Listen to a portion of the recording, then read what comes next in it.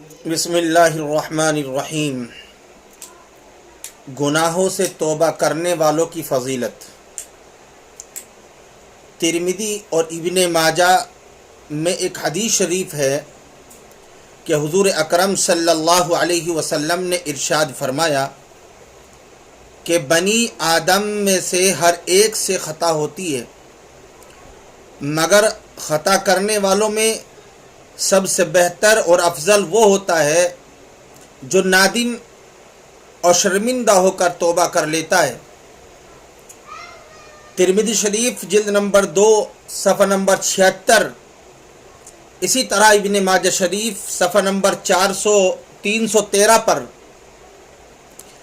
حضرت نبی اکرم صلی اللہ علیہ وسلم کا ارشاد حضرت انس ابن مالک رضی اللہ تعالیٰ عنہ نے نقل کیا ہے۔ عن انس بن مالک قال قال رسول اللہ صلی اللہ علیہ وسلم کل بنی آدم خطاء وخیر الخطائین التوابون۔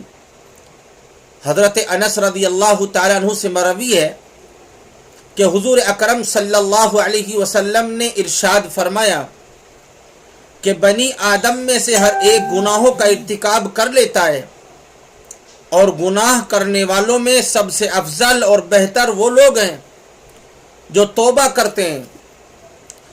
ایک دوسری حدیث شریف میں حضور اکرم صلی اللہ علیہ وسلم کا ارشاد ہے کہ اللہ کے یہاں گناہوں سے توبہ کرنے والوں کا حال ایسا ہے جیسا کہ انہوں نے کبھی گناہ کیا ہی نہیں، بالفرض اگر گناہ کرتے کرتے اس کا نام جہنمیوں کی فہرست میں درج ہو چکا ہے تو توبہ کے ذریعے سے وہاں سے اس کا نام کٹوا دیا جاتا ہے اور اہل جنت کی فہرست میں اس کا نام درج کر دیا جاتا ہے۔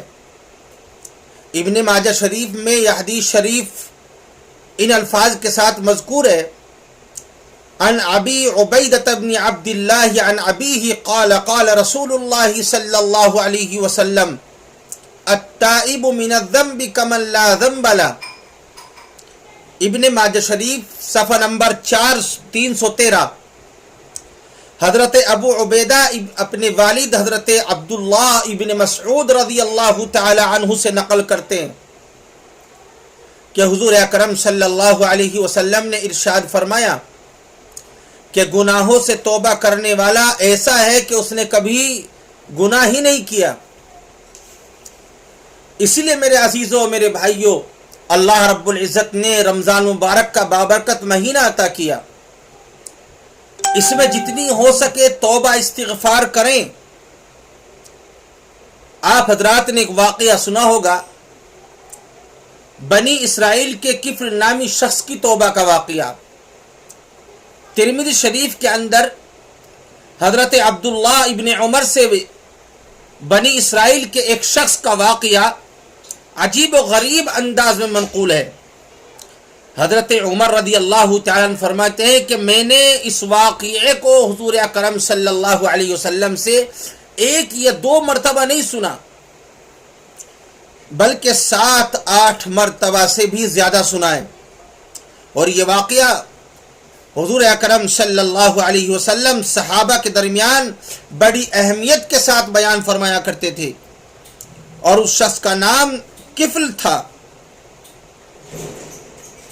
اس نے دنیا کا کوئی ایسا گناہ نہیں چھوڑا جس کا اس نے ارتکاب نہ کیا ہو۔ اللہ تعالیٰ نے اسے دولت سے دے رکھی تھی، اس نے دولت کا ہمیشہ غلط استعمال کیا، فاحشات میں، برائیوں میں، زنا میں، عیاشی میں اس کا پیسہ خرچ ہوتا تھا۔ ایک دفعہ ایسا ہوا کہ ایک غریب محتاج عورت اس سے کچھ قرض مانگنے کے لیے آئی، مجبور تھی، تو اس شخص نے اپنے لیے موقع کو غنیمت سمجھا، اور عورت بھی حسین و جمیل تھی۔ عورت سے کہا کہ میں تمہیں 60 دینار اس شرط پر دوں گا کہ تم مجھے اپنے ساتھ منہ کالا کرانے کا موقع دو۔ عورت ضرورت مند تھی، مجبور تھی، لاچار تھی، بے بس تھی، کوئی سہارا نہیں تھا. اس کی شرط منظور کر لی. اور جب یہ شخص اس عورت کے ساتھ منہ کالا کرنے کے لیے بیٹھنے لگا تو عورت کے پورے بدن پر لرزہ طاری ہو گیا، بے اختیار رونے لگی، بدن کانپنے لگا. تو کفل نے پوچھا کہ میں نے تمہارے ساتھ زور و زبردستی کا معاملہ تو نہیں کیا؟ تو اس عورت نے کہا ٹھیک ہے، تم نے میرے ساتھ زور و زبردستی تو نہیں کی ہے، لیکن یہ ایسا کام ہونے جا رہا ہے جو میں نے کبھی نہیں کیا، اور آج ان پیسوں کی ضرورت کی بنا پر مجھے آپ کی شرط ماننی پڑی اور یہ ناجائز کام ہونے جا رہا ہے. میں اسی وجہ سے رو رہی ہوں اور اسی وجہ سے میرے بدن میں لرزہ طاری ہو رہا ہے. میں ایسا کام کبھی نہیں کرنا چاہتی. جب عورت کی بات کفل نے سنی تو اسی وقت اس کو ہدایت نصیب ہو گئی اور یہ کہہ کر عین وقت میں عورت کو چھوڑ دیا کہ میں آئندہ سے کبھی کسی قسم کا گناہ نہیں کروں گا. ایک گناہ گار جس کی زندگی، جس کا روپیہ، جس کا وقت سارا فحاشات میں اور عیاشیوں میں خرچ ہوتا ہے، آج وہ توبہ کر رہا ہے کہ میں آئندہ کبھی کسی قسم کا گناہ نہیں کروں گا. عورت سے کہا کہ میں نے تمہیں 60 دینار یوں ہی دے دیے، جاؤ اس سے اپنی ضرورت پوری کر لو. کفل نے اللہ سے عہد و پیمان کے ساتھ توبہ کر لی کہ اب کبھی گناہ نہیں کروں گا. اتفاق سے اسی رات کفل کا انتقال ہوا.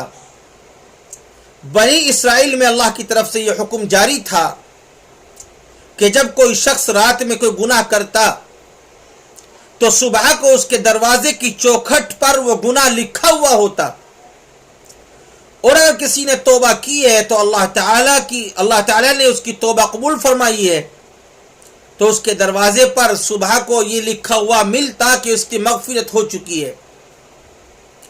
چنانچہ کفل کے ساتھ بھی یہ معاملہ ہوا کہ جب رات میں اس کا انتقال ہوا تو صبح کو اس کے دروازے پر لوگوں کو یہ لکھا ہوا ملا کہ اللہ نے کفل کی مغفرت فرما دی.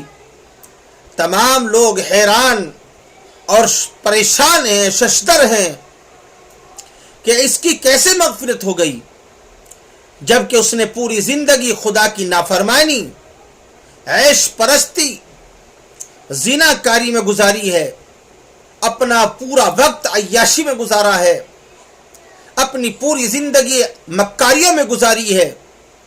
اس کی مغفرت کیسے ہوئی؟ مگر اللہ کی مغفرت کا سمندر انسان کے گناہ اور معصیت سے کہیں زیادہ وسیع اور بڑھا ہوا ہے. انسان اپنے گناہ اور نافرمانی سے اتنا آگے بڑھنے پر قدرت نہیں رکھتا کہ اس کے گناہ کا سمندر خدا کی رحمت کے سمندر سے بڑھ جائے. اور ادھر اللہ نے یہ قانون بنا رکھا ہے کہ اللہ کی رحمت ہمیشہ اللہ کے غصے پر غالب رہا کرے گی. ترمذی شریف کے اندر یہ حدیث موجود ہے. ترمذی شریف جلد نمبر 2 صفحہ نمبر 76.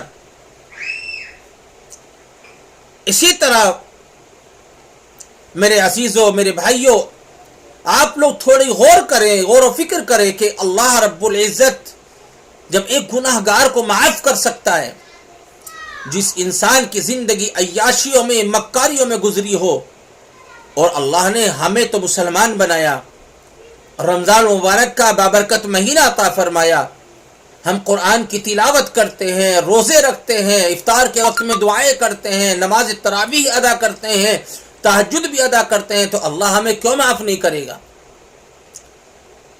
جس طرح یہ کفر نامی شخص نے توبہ کی اس ایک عورت کی وجہ سے جس کے ساتھ گناہ کے لیے تیار ہوا تھا،